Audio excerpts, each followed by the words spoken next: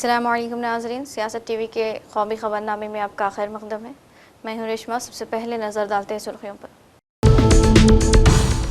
वज़ीर दिफा राजनाथ सिंह ने ढाका हाई कमीशन पहुंचकर मरहूम खालिदा ज़िया को पेश किया खिराज।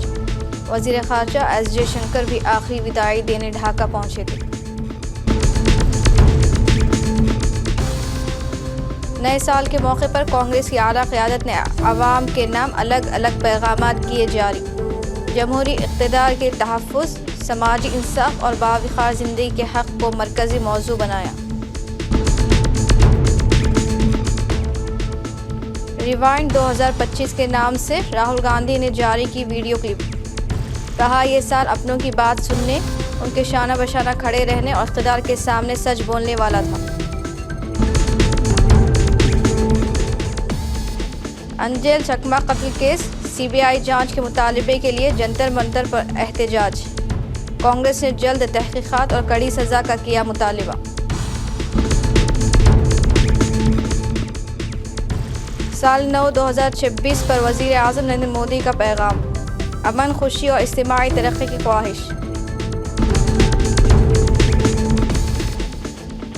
नए साल के पहले ही दिन महंगाई का झटका।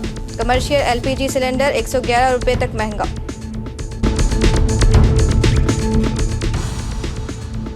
महाराष्ट्र में मजलिस इत्तेहादुल मुस्लिमीन को दाखिली बगावत का सामना। रियासती सदर इम्तियाज़ जलील पर टिकट फरोशी का संगीन इल्ज़ाम आयद।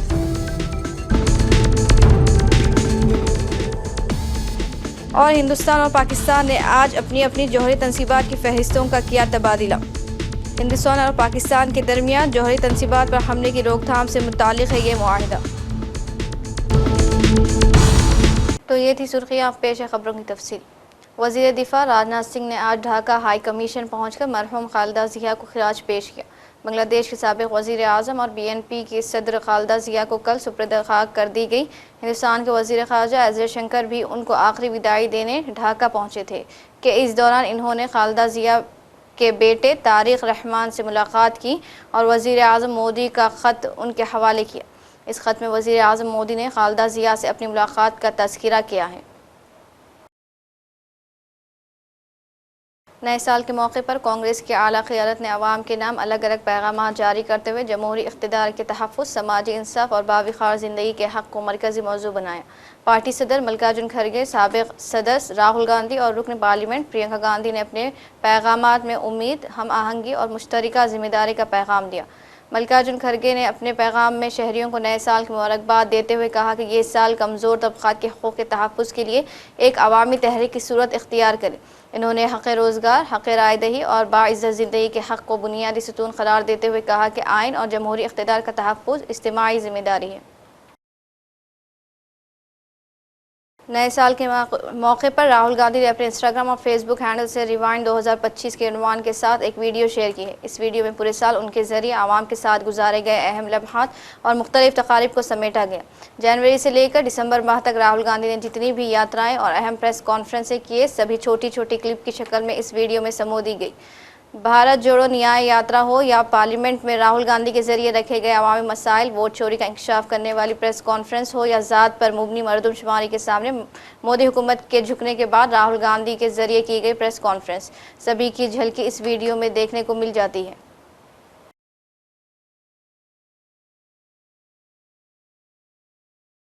वज़ीर आज़म नरेंद्र मोदी ने साल नौ के मौके पर मुल्क के अवाम को दिल की गहराइयों से मुबारकबाद पेश करते हुए अच्छी सेहत, खुशहाली, अमन और खुशी की दुआ की है।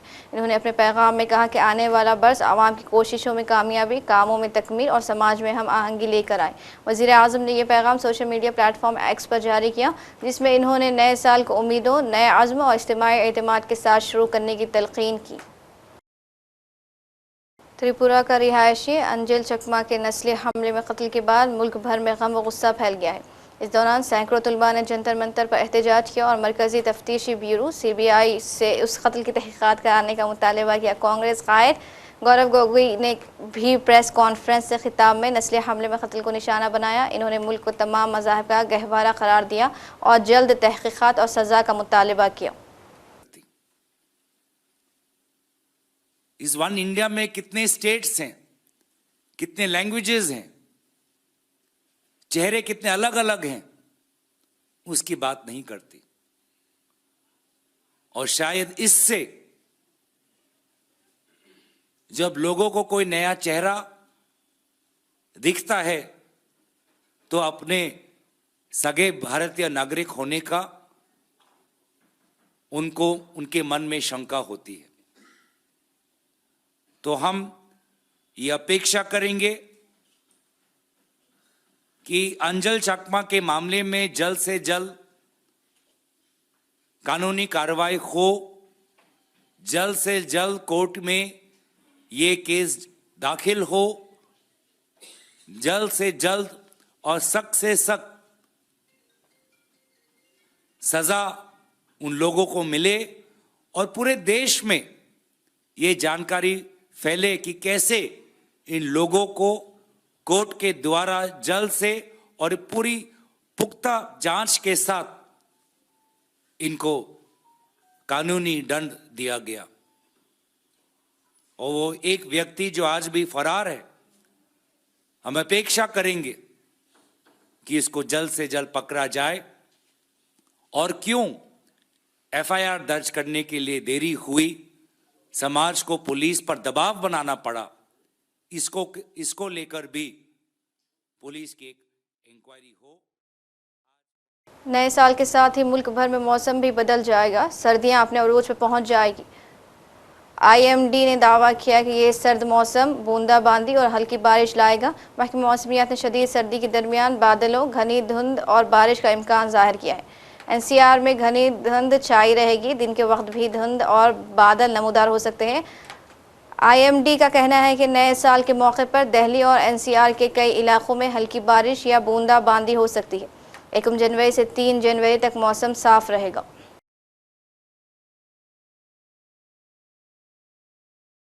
दिन सोना और चांदी की कीमतों में कमी का सिलसिला जारी रहा। गुज़िश्ता बरस के आखिरी हफ्ते में शुरू होने वाली गिरावट नए साल के पहले कारोबारी दिन भी बरकरार देखी गई।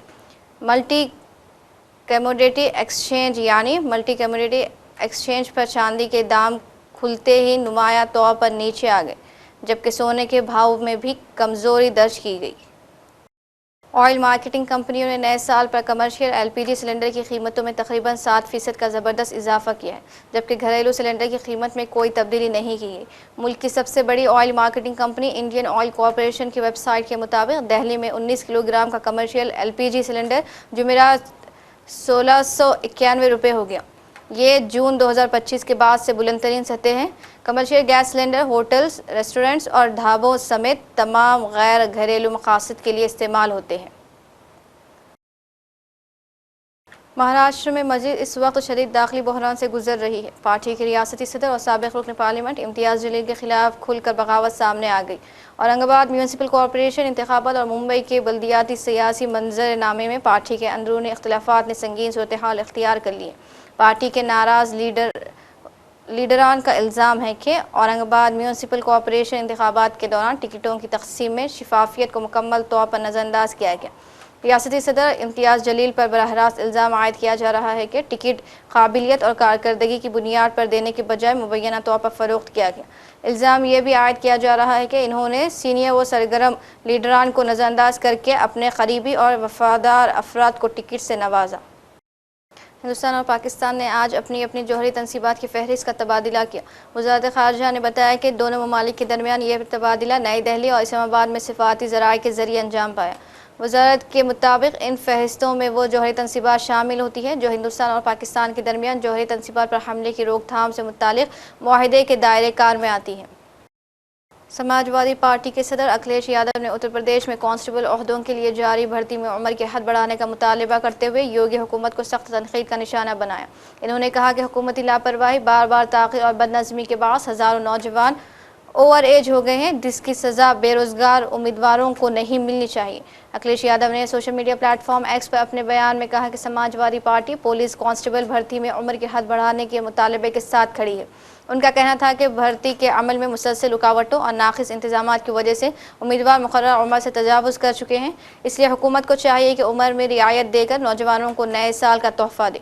अखिलेश ने SIR के नाम पर इलेक्शन कमीशन के खेल को तनकीद का निशाना बनाया। बहुत दुख की बात है कि जब विकसित भारत का सपना बीजेपी दिखा रही हो, और कई बार हम लोगों को सुनने को मिला है कि देश के कुछ शहर हैं जो सफाई में या सफाई से जुड़े हुए कई प्राइज़ वो पाए हैं। ये शहर तो वो है इंदौर, जहाँ पर कई बार अवार्ड मिला है वहाँ की म्युनिसिपल कॉरपोरेशन को। और अगर वहाँ के शहर को अवार्ड मिलता रहा है और वहाँ ड्रिंकिंग वाटर की ये स्थिति हो कि जिन्होंने पिया उसकी जान चली गई हो और कई लोग बीमार हैं, और जब इससे सवाल भारतीय जनता पार्टी से किया गया तो भारतीय जनता पार्टी के लोग जवाब न दे करके किस तरह का व्यवहार कर रहे हैं, आप कल्पना नहीं कर सकते हैं। ये वही लोग हैं जिन्होंने कहा था कि माँ गंगा को साफ करेंगे। आज अगर माँ गंगा का पानी पी लें आप तो आप खुद बीमार हो जाएंगे। यमुना में अगर नहा लें आप दिल्ली में तो आपको खुजली हो जाएगी शरीर पर, बीमार हो जाएंगे। तो जो लोग नदियों को से झूठ बोलते हैं, जो अरावली के पहाड़ी काटने को तैयार थे, पूरे के पूरे पहाड़, उनसे क्या उम्मीद करोगे। कांग्रेस कायद राहुल गांधी ने मनरेगा के नाम हटाने और स्कीम में तब्दीली को तनकीद का निशाना बनाया। राहुल ने वजीर आज़म मोदी के मनमानी फैसलों को सरासर नाइंसाफ़ी करार दिया। इन्होंने मुल्क में वन मैन शो चलाने का इल्ज़ाम लगाया। सरमायादारों के लिए मोदी के फैसला गरीबों के हक़ में जुल्म करार दिया। मनरेगा सिर्फ एक योजना नहीं थी, मनरेगा राइट्स बेस्ड कॉन्सेप्ट था। मनरेगा से देश में करोड़ों लोगों को एक मिनिमम वेज मिलती थी, जिसके नीचे जब मनरेगा चालू होता था तो उसी लेवल पर उनको मिनिमम वेज मिल जाती थी। और मनरेगा जो हमारा थर्ड टियर है, पंचायती राज का जो टियर है, उसमें directly political participation, finance, support का एक साधन था, मेथड था। तो ये डायरेक्ट राइट्स बेस्ड का जो कॉन्सेप्ट है उस पर आक्रमण है। दूसरी बात, जो फेडरल स्ट्रक्चर है, स्टेट्स का जो स्ट्रक्चर है, उस पे भी ये आक्रमण है। ये जो पैसा लिया जा रहा है, ये स्टेट से छीनकर सेंटर ले रहा है। तो ये concentration of power, concentration of finance है। इससे देश को नुकसान होगा। इससे जो गरीब जनता है उनको नुकसान होगा, उनको दर्द पहुंचेगा, उनको कष्ट होगा। और आखिरी बात, मुझे बताया गया है कि ये decision directly prime minister office से लिया गया है और मंत्री से बिना पूछे, कैबिनेट से बिना पूछे ये डिसीजन लिया गया है। इससे आपको आज की हालत क्या है उसके बारे में पता लगता है कि वन मैन शो चल रहा है और जो भी नरेंद्र मोदी जी करना चाहते हैं वो करते हैं, और पूरा का पूरा फायदा वही 2-3 अरबपतियों के लिए। और आखिर में सुर्खियों पर एक और नज़र। वज़ीर दिफा राजनाथ सिंह ने ढाका हाई कमीशन पहुंचकर मरहूम खालिदा जिया को पेश किया खिराज। वज़ीर ख़ारजा एस जयशंकर भी आखिरी विदाई देने ढाका पहुंचे थे। नए साल के मौके पर कांग्रेस की आला क़यादत ने अवाम के नाम अलग अलग पैगामात किए जारी। जमहूरी इक़्तिदार के तहफ़्फ़ुज़, समाजी इंसाफ और बावक़ार ज़िंदगी के हक़ को मरकज़ी मौज़ू बनाया। रिवाइंड 2025 के नाम से राहुल गांधी ने जारी की वीडियो क्लिप। कहा, ये साल अपनों की बात सुनने, उनके शाना बशाना खड़े रहने और इक़्तिदार के सामने सच बोलने वाला था। अंजेल चकमा कत्ल केस सीबीआई जांच के मुतालबे के लिए जंतर मंतर पर एहतजाज। कांग्रेस ने जल्द तहकीकात और कड़ी सज़ा का किया मुतालबा।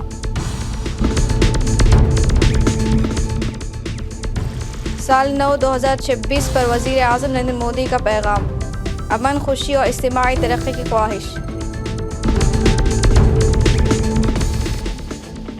नए साल के पहले ही दिन महंगाई का झटका, कमर्शियल LPG सिलेंडर 111 रुपये तक महंगा।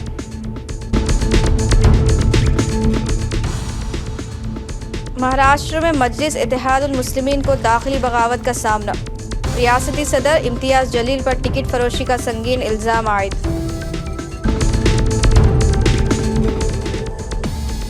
और हिंदुस्तान और पाकिस्तान ने आज अपनी अपनी जौहरी तनसीबात की फहरिस्तों का किया तबादला। हिंदुस्तान और पाकिस्तान के दरमियान जौहरी तनसीबात पर हमले की रोकथाम से मुताल्लिक़ है ये मुआहिदा। इसी के साथ कौमी खबरनामा इख्तिताम को पहुँचता है। मुझे दीजिए इजाज़त। अल्लाह हाफ़िज़।